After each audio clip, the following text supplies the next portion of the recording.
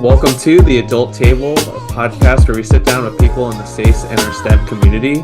We set the virtual table to bring in a diverse set of guests to engage in a casual conversation on their professional career and life. With this podcast, we hope that we can bridge the gap between the hierarchy involved with growing up. We can redefine what it means to be able to figuratively sit at the adult table. I'm one of your co-hosts, Jason Chin. And I'm your other co-host, Jenny Chung. Today, we have our friend Alex Hattori. Alex graduated from UCSB in 2021 with a BS in chemical engineering and is currently on the SACE West team. So, Alex, thanks for joining us today. It's great to see you again. Yeah, thanks for having me on. Excited to be here. Thanks. Can you just give the listeners kind of a brief introduction of yourself and kind of what you've been up to these days? Yeah, so I'm Alex. My pronouns are he, him, his. And I graduated in 2021 with chemical engineering bachelor's. And then I moved to Colorado. I worked for about a year and a half, 2 years at the National Renewable Energy Lab, the field of renewable energy. And then I traveled for 3 months around the world.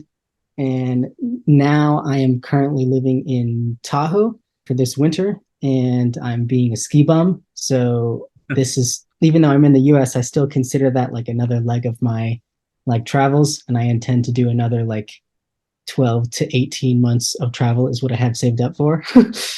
So yeah, that's kind of where I'm at right now. Oh, and SACE. I got to say my SACE experience. So I joined SACE my freshman year of college, and then kept being involved, eventually ended up being the UCSB chapter co-president and a regional conference director in my senior year. And then after graduating, I joined the West regional team. So as an RMR, which is a regional marketing representative. And I've done 2 terms as that. And I am a part of the SACE's mental health initiative. Nice. Yeah, thanks for the intro. Cool. I think we kind of talked about this before, but taking this like time to really travel has been a really unique experience. And I think we were really curious about kind of all your travels and kind of how you got there. So can you just like start from the beginning on like how you decided on this path? Like, was this something that you thought of before you started working in Colorado? Was it like right after graduation, and kind of how you even chose some of the places that you even ended up traveling to? Mm-hmm. Yeah, it's in the US, it's not a very popular thing to do, I think, which I find weird now that I've like met so many people from other countries that like that's like a normal thing to do, is like have like a gap year and like go experience what it's like to live in another country. I think the reason why it's not really common in the US is because there's like very much a drive of like you go through school and then you learn to do this and you learn like, oh, like this is what you're supposed to do in life, like go into corporate world or whatever, right? And it's like all the people that hear about what I'm doing are like, oh, I should have done that, and like, oh, I wish I had done that when I was young, like things like that. And so I don't really understand why it hasn't yet become like a more normal thing to do. But like I started thinking about it a lot during the pandemic because I was pretty isolated and, you know, not going anywhere. We had like canceled travel plans. Like, I don't know, like I had my 21st birthday over the pandemic, and then I didn't go to Vegas, and like I didn't go to Vegas until my 23rd birthday. So now I don't really feel like I'm about to turn 24. I feel like I'm about to turn 22, you know? Yeah. But like, so it was a lot of travel that got canceled, and I was like getting the travel bug. And I started thinking about it, and like I had like a lot of scholarships and my family's pretty well off. So I had the opportunity to like save all the money that I earned through my internships rather than like having to like pay off college debt. So I've like saved up a bunch of money, and like I was like, why aren't I spending this? And so I figured I should go travel. And then I realized like how easy it was to travel on like literally less than my usual living expenses. And then I just like the more that I've traveled, the longer my estimate for how long I will be traveling becomes. So I did 6 weeks in Colombia, and then I did 2 weeks in Australia, and then I did 5 weeks in New Zealand. And now I've been here in Tahoe for a couple months, just working at a ski resort and snowboarding for free, like all winter during the best winter in the last like 30 years. Right. So like, yeah, I'm having a great time. So Are I those don't all intend to like stop back to traveling for a while. are those all like back to back? Like you were like Um, then you went. so my 6 weeks in Colombia, I was like, oh, I'm gonna give myself like a month and a half to travel South America, and I was like, that's plenty of time. That's like a ton of time to travel. And then I got to Colombia, and then I never made it out of the country, in like 6 weeks. And so I was like, oh, so this is like a totally different kind of travel than like vacationing. Right. And that was cut short because of SACE National Conference. So I went back for SACE National Conference, and then I found more cheap flights to get like across the Pacific Ocean for like a couple $100, which is like saving like a lot. And so then I was like over in Australia. And then like when I was in Australia, I was like, why don't I just like go to New Zealand? And then I went to New Zealand, and then I hung out in New Zealand for like a month, 2 months. Yeah. Wow. Sorry, I forgot what your question was. What was your first question? um, I think it was just like to kind of get a background of where you've been going and kind of why you decided to follow this kind of path. I think you kind of touched upon Mhm. that process, but like kind of jumping off of Jenny's question, like, are you choosing when you went from Australia to New Zealand? That was like a choice that you made like in the middle of your Australia travels, and like it's kind of Yeah, I just bought my flight like the day well. before I left. I didn't even intended to Oh, go to New Zealand. really? Yeah. I've thought a lot about like personality, like lifestyle traits while I've been traveling, because I've kind of changed a lot like after graduating. And this was another like big motivation for my travels, was like I had intended it to be like a reset in my position in life. Like I was working in Colorado, and I was feeling really fulfilled in that, but like my mental health was not great.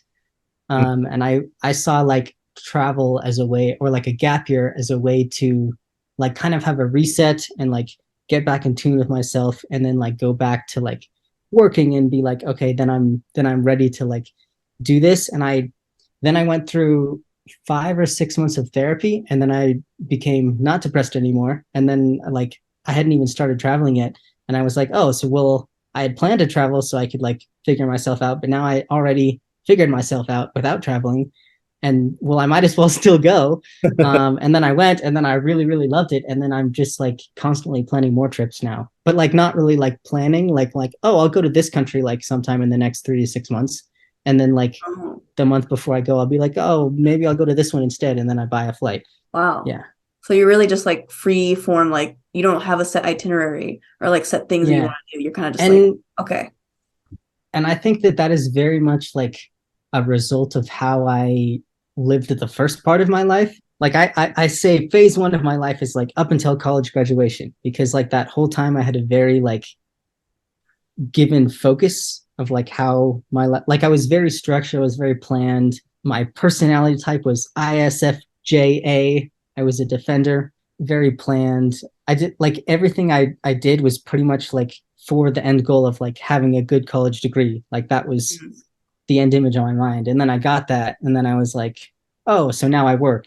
And then Mhm. I like I was having a bunch of stuff where it's like, not getting it. And I had to really like take a step back and be like, what am I doing? What do I want to do in life? Because I didn't really have to think about that before graduating college, because it was like, what do I want to do in life? Oh, I want to get a college degree.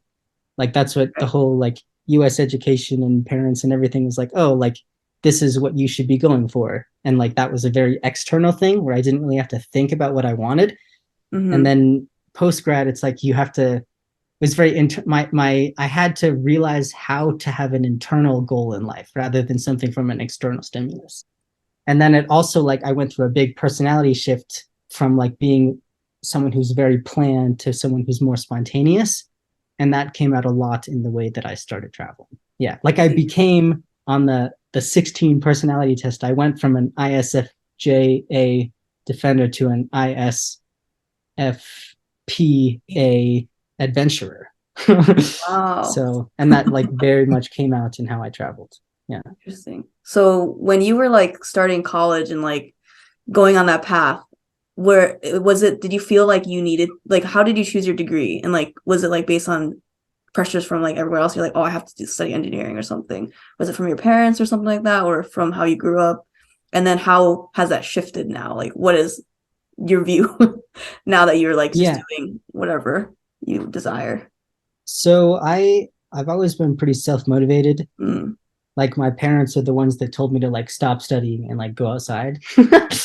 I really enjoyed chemistry and math when I was in high school, so I went Mhm. with chemical engineering in college, and then I went through that, and then like the classes I took, I like actually like if someone does an engineering class and they tell you like, oh, I hate the classes, like they're not in the right place. They're doing that for the degree. They're not like doing it because they like it. Like I actually liked the classes, so that's Mm. why I knew I should keep going with it. And like I did a study abroad for 4 weeks in Iceland after my freshman year, and that's where I learned about like renewable energy. And I was like, this is really cool. Mhm. And I get to do that. Like there's things I can do with renewable energy with a chemical engineering degree. So I kept going with that. And I eventually like worked for 2 years in renewable energy after graduating. So that was really cool. But like I was talking about like external stimulus all the way through like high school. I never like realized, or I never even like, yeah, I never realized that there was an opportunity for me to like create a life goal for myself. Like I was always doing what I thought society valued, and I was searching for that as success.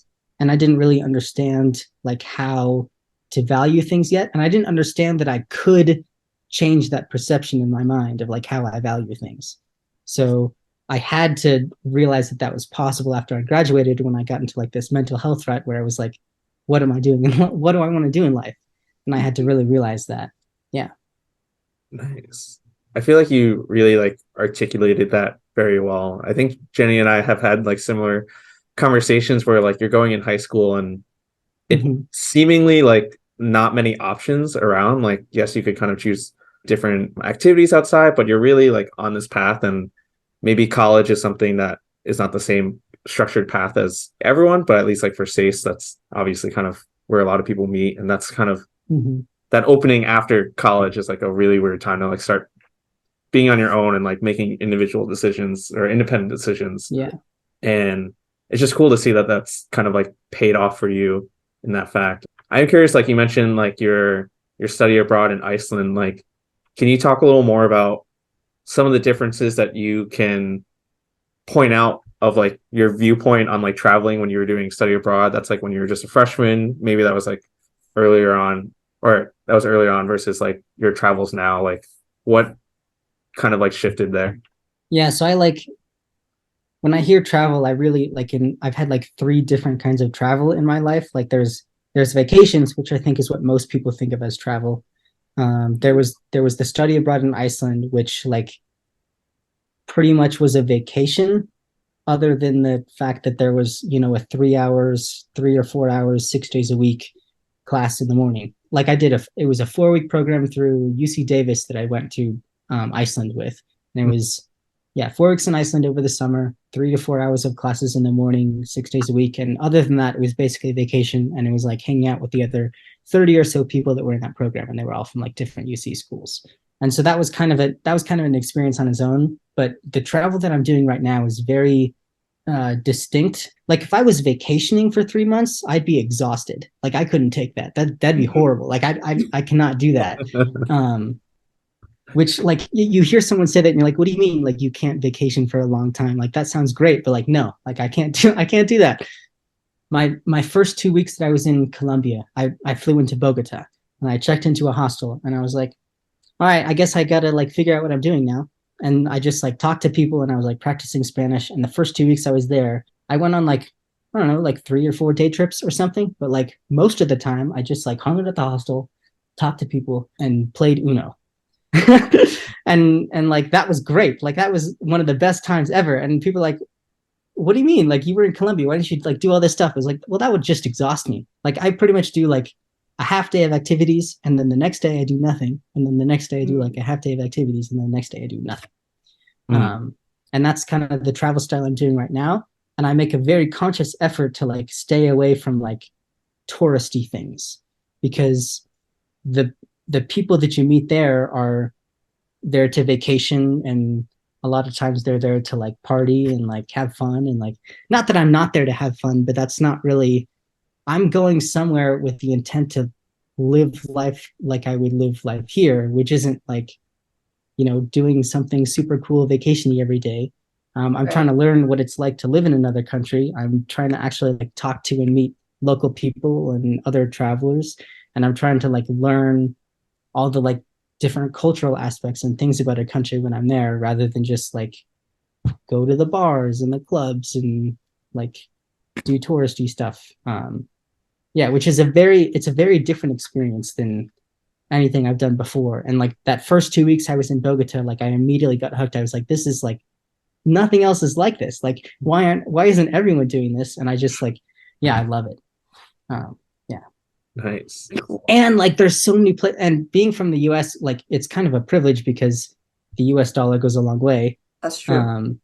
And like I spent 6 weeks in Colombia, and including my flights in and out of the country, I spent less than $1.5 thousand for 6 weeks. That's really good. Like and like most people that are probably listening to this podcast, that's like their month's rent, like already, like for wherever they're living. So I'm living on expenses way less than someone just doing their regular stuff, and I'm like traveling the world. So it's definitely possible to do. Oh my God. That's incredible. I've been like looking at flights internationally to go to Japan, and like flights in it itself are like 1 to 1.2K already. And that's like before. Oh, you got to use the Hopper app. Oh yeah. Yeah. Like that was the same thing when I went to Australia. Like a lot of flights for a good portion of the year are like close to $1,000. But both times that I've been to that I went to and then from Australia, my flights were less than $450. So like when you don't have a schedule and you're not just like going for a week, and like the time that you have off from your job, like you can go on the days that are not expensive, and like you can book your flight like a week in advance, and you can still get like a super cheap flight that's like compared to the $1,000 flight, like that was saving like $500-600, right? So yeah, it's a lot easier if you like give yourself a lot of time off from life to like still do life. I don't know. You bring up a really good point about travel, because I think I was having a conversation with a friend too about traveling for just for the sake of vacation, so having like a week or week and a half trip, right? Because a month is too long to take off from work in general, versus actually living in a place and living life there. Either you're working there or you're kind of just there studying abroad or any sort of thing like that, right? Or you're just there to live life. And it's very different because when you're a tourist, you're kind of like going to, you mentioned like seeing all these places, but like you have a set schedule to like do everything that you want to do before you have to leave. So you have like packing. And that can be stressful. And it is stressful. Yeah. I just came back for a week trip. And it's stressful. So we're like, okay, we have to hit like this place. We want to see this museum. We have this time slot, and we're going to do all these things before we leave because we only have a limited time. But like when you're there for an extended period of time, it's like part of your lifestyle. It's just like, okay, I'm going to experience how the people live there and like what they do normally. Because people are, I mean, at the end of the day, it's like people, right? It's like we all live life similarly, just in a different font. I don't know, font, you know, same stuff, different font. And I think that's why I like that aspect of traveling, because it's like, oh, you go to any city life is kind of the same ish in general for people in general, but like it's just like different cultural things, right? And I think that's a really good point with what you mentioned. Yeah. But it's just like hard. Public transportation. Oh, it's so much better everywhere else. Yeah. Like that's my favorite like trinket to get from travelers. That's like my like memory piece is like the public transportation card in the city. I love that. That's the first thing I do. I love public transportation. That's the first thing I do whenever I go to any city in that country is I spend a day and I figure out how to use public transportation. Wow. What's like your favorite one so far out of the ones that you've experienced? I really liked Medellin in Colombia. Because like everywhere else in Colombia is like buses, and in Medellin they have a train, and it's cool. And there's also like a lot of cultural significance to this train, because Medellin, the city, has gone through like the last couple decades have been like a crazy shift for the city. Sometime around the year 2000, right? Medellin was like the most dangerous city in the world, and now it's a place that like, yes, you still have to be careful, but like I was there for a tourist for a week in this city, and I like walked around and I was fine. And I took like walking tours in these districts that were previously like the most dangerous places ever, and I was just like walking around like hearing about history from people that have lived like it's crazy. It's yeah, it was really cool. Nice. I know you mentioned kind of briefly like your intentions being in those places, like getting to know people more, or like knowing the culture. Like, has that opened up any possibility of you wanting to live in any of these places, like longer term, like abroad, or is that still kind of more of like the short Mhm. term? Yeah, I don't know. I have like a fantasy in my mind that I'll like go to some country and like fall in love and then just end up staying in that country forever. Um, but like one of the things I have been like very conscious of recently is education. I tried to find out a little bit about, and I haven't really done this recently, but I'd like to start trying to understand what education is like in other countries when I go there, Hmm. because I've recently had lots of qualms about the U.S. education system, and just like how they teach people and like how they I don't really like it a whole lot. And I'd like to find a country where I'd like, oh, if I like had a kid growing up with this education system, I'd be like very satisfied with sending them into the real world and like them understanding how to know what they like in the world. Oh, interesting. So what have you like kind of taken away from like the education systems that were in like those three countries that you've like so far visited? I'd like to start thinking about it. I haven't really looked into Oh, it yet. Mostly it's just qualms with the US education system. Going through college and then realizing that like I didn't understand how to know what I as an individual value. Like I didn't understand how to place value in things or people or myself. Like there was nothing in school that taught me that. That was all like that was things you had to learn yourself. And I'd like to think there could be an education system where they teach kids that like not to like value productivity, like oh like you're a productive, like you're a valued as a person if you can like be Mm, productive or like get a good grade, like here's a number and that's how you value yourself, or here's a letter, right, an yeah. A, a B, here's how you should value yourself. Like I really don't like that idea at all. And Mm, like there's so many like school is like you learn in the US schools, like you learn school smarts, like you don't really learn anything else. And there's so much else in life that people should know that I feel like they shouldn't have to learn themselves. And it's not that I'm trying to like have an education system push values on people, but I'd like to get them to teach kids that they can express themselves how they like to value things and can search for that rather than just like valuing what society tells them to value. have you like based on the conversations and stuff that you've had with people when you're traveling, do you sense that that's kind of like the more freeform mindset of those people that's not as structured, or is that I Yeah, like how I you're do just like like that. Like the yeah. idea of taking a gap year is Mm, not so weird if you're mhm. not from the US. Like in the US, it's weird. Like why wouldn't you like immediately go to start working your 9 to 5 Until you after you die. graduate? Yeah, like why? Like what do you mean you're not doing that? Like, Yeah. but in other countries, it's a very normal thing to do that because it's not just like you're traveling to learn about another place. It's you're traveling to learn about yourself, and you do learn a lot about yourself. And as you're just going along on a travel, it's like an adventure. You learn about yourself. I see that as a very important thing for a young person to do, before they like go into their life and be like, this is what I'm doing for the rest of my life. So yeah. Makes sense. I did want to ask you kind of about some like the relationships that you were like able to build, and like one, how you kind of like started up those like conversations. Like I know you mentioned in your personality type you're an I, like introvert, but like in terms of like starting up new conversations, and then also just like maintaining those relationships if you do with people who are kind of just like across the country, right? Like I'm not sure Mhm. next time you're going to be in Colombia or Australia or New Zealand. So like how do you kind of attempt to kind of like maintain those relationships that you were able to build? Yeah, so I am an extrovert acting introvert. So like social situations in general like drain my battery, right? They decrease my energy, but I still like kind of act like an extrovert around other people. And one of the other biggest reasons that I liked traveling in this style of travel that I do so much right now is like the idea of hostels, and that everyone going to a hostel is basically at the same point in life, or like has the same goals in life, like very different, but still the same perception of like, I'm traveling to like learn about myself and learn about the world. And it's an attitude that, for me, the people that I've met, it's been super easy to like make friends like that, which is not something that usually happens to me at all. And that was like a very surprising thing to happen. And I was like, I'm an introvert. I usually like take my time around new people, but in the hostel, I like was meeting so many people and then immediately going on like day trips with them the next day. And it was so much easier than I thought it would be.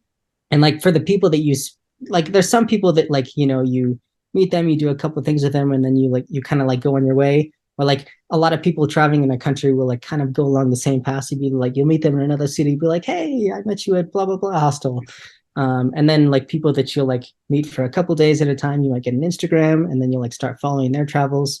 People who are traveling in general love to talk about what they've been doing, like, and love to talk about their other travels. This is the other reason that I've really liked being more spontaneous than planned, is that once you arrive in a place, it is so much better to just ask people in a hostel what they've done in a place, and then use that information to like decide what you do, rather than trying to plan it before you go, because your experiencing me so much better if you, once you talk to people and they're like, oh, you do this, not that. And yeah, but I've connected on Instagram with a couple of people that like I met for like a week in some country, and like I haven't seen them since, and it's been like a couple months. But like, it's the attitude that travelers have towards other travelers doing the same thing is very much an inclusive environment in my experience. Like if I show up at some time in the next like, you know, 6 to 12 months in their home country, and I'm like, hey, like, tell me like what a good restaurant is in this city, and they'll be like, oh, well, like, I'll come see you. Like I fully expect that to happen, because the people I met have been so kind and so informative, and that's just the vibe that I've gotten from people. And there's definitely different types of hostels to meet different types of people. Like there could be more expensive hostels where there's people going to vacation and party and drink, right? And there's other types of hostels that are like much more relaxed, that people are kind of just like kind of chilling and relaxing, and they're just kind of walking around the city. And there's other ones where, you know, people are going to be very active and doing all the like walking tours and everything. So you'll meet different types of people, and there's probably going to be certain types of travelers that you'll vibe with a lot more. And those are the people that you'll kind of keep talking to if you do have like a contact information for them later. But yeah, it was a lot easier to make friends than I thought it would be. And it feels much more inclusive, traveler to traveler, to be able to like see them again, even if you like haven't had much contact in like a year, but then you end up seeing them on the other side of the world, and you'll be able to have a good time again. It's pretty cool. It's like its own like little community, kind of. Yeah. Yeah. Yeah. And travelers love talking about their travels. So you meet another traveler, and then you guys just talk about travels, and then you're like instantly best friends. So I see. That's pretty cool. I'm also curious because, like, well, switching gears a little bit about so going back to your background in chemical engineering, is that something you foresee yourself using that degree again, or no? Do you think like you'll be okay I do. with like never, or okay, or I don't know what you're I felt very fulfilled in my job when I was working like a solar power division when I was at the National Renewable Energy Laboratory. I felt very fulfilled during that job. I just had a lot of personal life things like mental health, depression, that was like keeping me from being satisfied with life in general. Otherwise, I would like that. That was literally that was already my dream job. That was already my dream job, and it was my first job out of college. And I was only like an intern, but like I had a number of chances to like keep extending my internship stay to be like a year and a half instead of like a summer. So I was making a good impression. I feel very good about like the career steps that I've taken thus far. And because of that, I feel very much okay with taking a 1 year or 2 year or 5 year or 10 year break from a career to do like seasonal jobs and travel and stuff. Like, the reason that I haven't done any like career things since I've started traveling is because I have no idea when I'm going to stop traveling, if I do ever stop traveling. okay. Oh, So yeah. ideally, would you want, if you could have travel part of your work, that would be like pretty cool, right? If you could just like do that and then just like go to all these places, Mm, or would that ruin it? I don't know. Because I really like chemical engineering and I really like Mhm. renewable energy.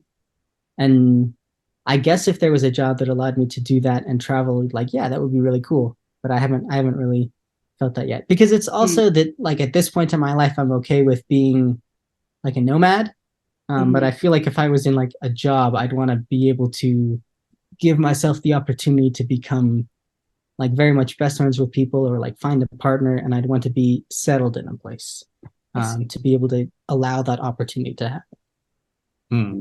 You mentioned kind of like if you would want to, I guess, like have this life, or like not wanting to jump back into your career just because you don't know when there is like an end point. And I know we like kind of briefly touched about finances, but do you have any tips aside from like Hopper and other things like on how you've been able to make this kind of like sustainable for yourself to kind of continue that traveling life? Mm-hmm. Well, I did work for 1 to 2 years after graduation, and I saved up money doing that.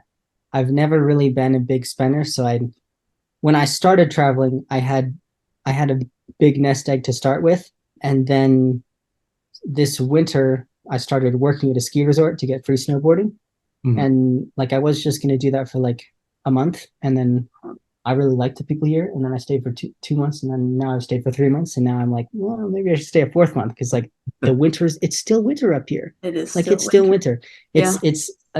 It's almost the end of March, and like we're still having winter storms and a ton of powder, and it's the most snow since like 1980 something, and it's kind of a great time to be here. So I don't know. I really like the idea of like just being able to travel somewhere and then just like deciding not to leave. I forgot what the question was again.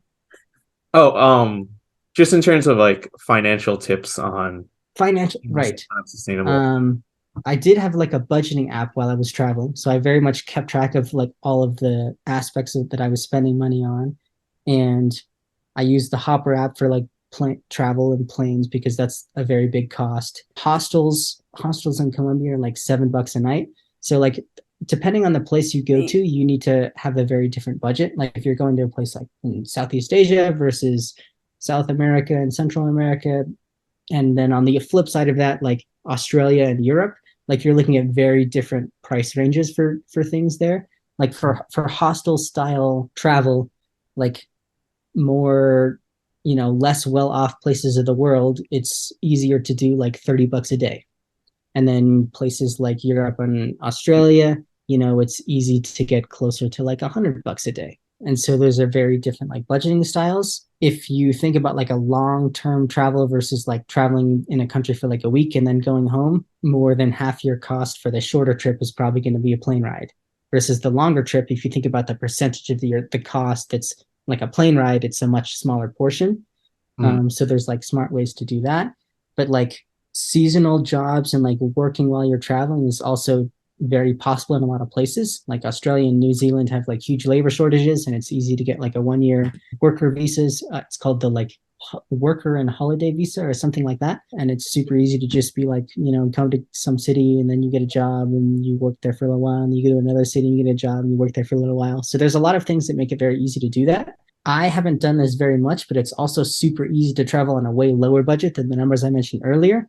If you do things like world packers or couch surfing or what's the other name? There's woofing. There's a lot of things where you do like host family stays, and there's a lot of apps and like online communities that make it possible and much easier nowadays to be able to find like host family opportunities to like get basically free housing and food for a number of weeks in a place, and then get like local tours and how they live in that country.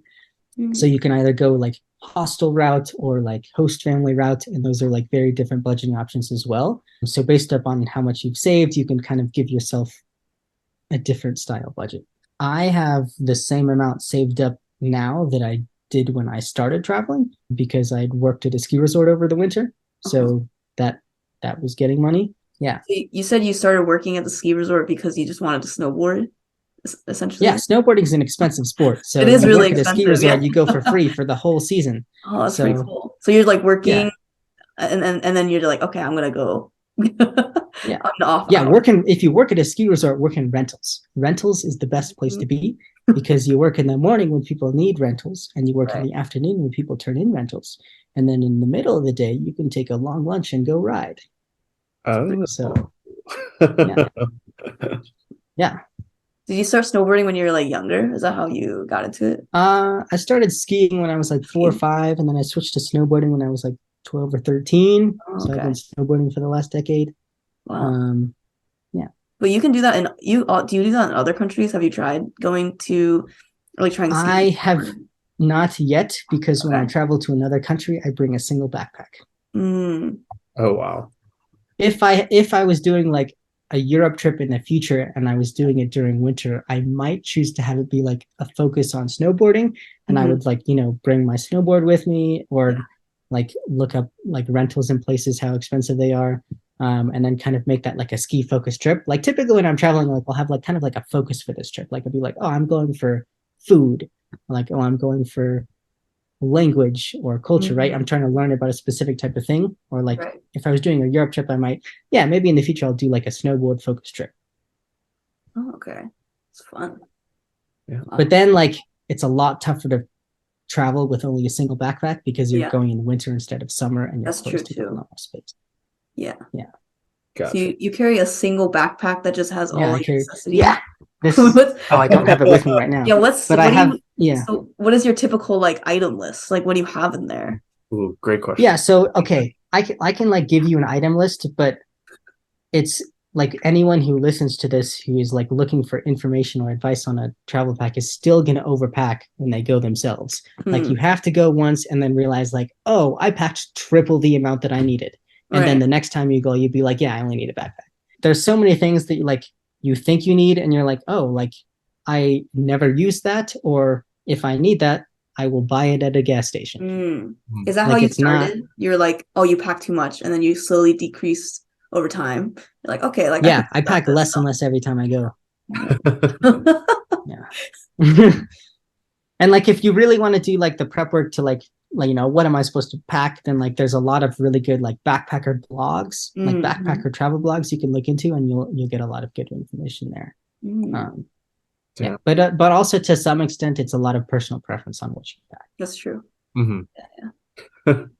That's so funny. I was just like on vacation for a week and I had like 2 bags already. And I'm like, I feel like I was trying to be really light about all of that stuff. Yeah, I was Obviously, there's 3 months in a definitely backpack. yeah.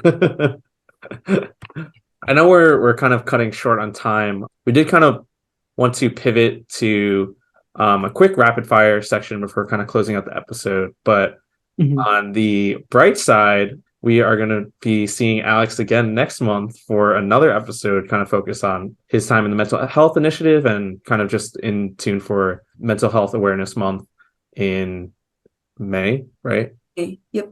Yes. So we'll have some more questions for you there, but glad that we kind of covered a lot of your traveling experience on this episode. So like kind of start the rapid fire question part. What do you think is been your biggest lesson learned, or like what you've learned the most in your traveling time? My travel style is the thing that I learned. So learning that like I don't have to travel like I'm on vacation, that I can, I can travel and I can have a day where I do absolutely nothing, where I can have an entire day where all I do is like wake up, have breakfast, and then play Uno with people. Okay. Next one is your favorite memory in SACE so far. Favorite memory in SACE. Since you have been involved for quite some time. National conference when it was in Pittsburgh, and I did an extra trip a couple days before with my best friend from my SACE chapter in Philadelphia, and we went around Philly and did stuff, and then we went to Pittsburgh and did stuff. Oh, nice. Yeah.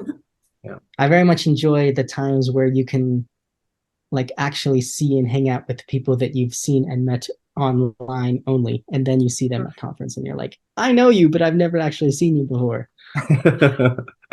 Yeah, I feel like the retreat with last summer at Atlanta, like the first full day was just like, oh my god, I know who you are, but like yeah, so weird finally getting you in person. But yeah, that's awesome.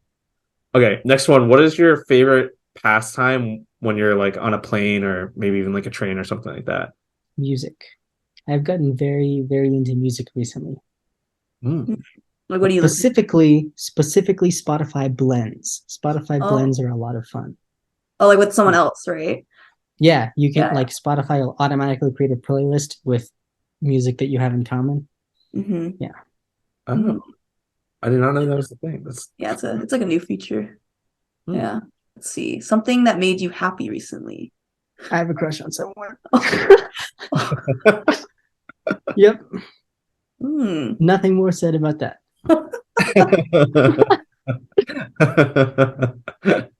Fair. Yeah. We'll check in when the episode comes back out and see. Okay. Okay, cool. I think that's all we have for rapid fire right now. And then, like we said, like one last thing we like to kind of ask all of our guests before we wrap up the episode, kind of in the theme of the Adult Table podcast, is what is one thing that recently made you feel like a quote unquote real adult, or one adult thing that you wish you knew sooner? I know you kind of touched upon the last one a bit, but is there anything else? Yeah. I recently started having like dinner parties instead of like parties. That is really adult. So like there's a lot of employees at the skiers that are working right now that are basically in like the employee dorm. And my grandpa built a cabin up in Tahoe like 40 something years ago. So I've been living at his cabin. And so we like have a really nice kitchen, and me and my friend are very good cooks. And so we like make our like rental team crew family dinner instead of like having them over to like party, like Yeah. we cook a nice dinner and then we hang out and we play music. So Oh. that's like a very like I feel like that's a good adulting moment is when you're like yeah, let's like have dinner instead of like yeah, let's like party. um yeah. Yeah, and then like for biggest lesson learned, I'd say know how you as an individual place value in things, people, and yourself. Because society doesn't really tell you that you need to think about that at all. Nice. I was gonna ask, like, what type of food did you cook for dinner parties? Oh, I made a really, really good tortellini soup. Um, Oh, it had like garbanzo beans and diced tomatoes and tortellini and a bunch of like chicken broth. Yeah, Mm. yeah. perfect winter type food too. I love that. Mhm. Well, great. Yeah, just again, thanks, Alex, for coming onto the adult table. We did want to ask if you had any like social medias that you want to plug for the listeners to kind of just find you outside, maybe ask questions about kind of like their traveling or anything like that. I have an Instagram, Alex Hattori 44. I posted a little bit about my travels, but I kind of only make like one post for each country I go to. Well, I made one post for like every 2 countries I went to. I don't post a whole lot, but like if you message me with a travel question, like I'll give you like 3 paragraph response. So yeah, go ahead. Well, thanks again. Yeah, thanks for coming on. And you can also subscribe to us so you know when episodes come out, and follow us on Instagram as well at the Adult Table Podcast for any updates. So I'm Jason Chin. And I'm Jenny Chung, and we'll see you next time at the Adult Table. Thanks for listening.